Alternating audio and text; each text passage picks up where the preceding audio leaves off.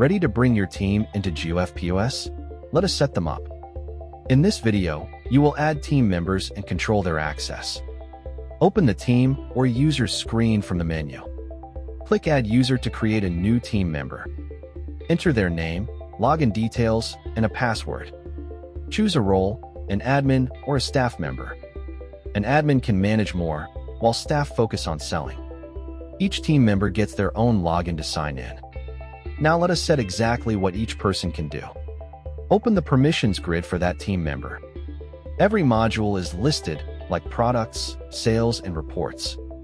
For each module you can allow view, add, edit, or delete. Tick view to let them see a screen only.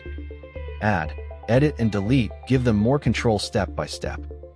The owner account always has full access to everything. This lets you keep your sensitive areas safe.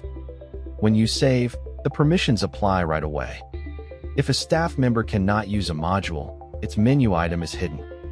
So each person only sees the tools they are allowed to use. This keeps their screen simple and focused on their job.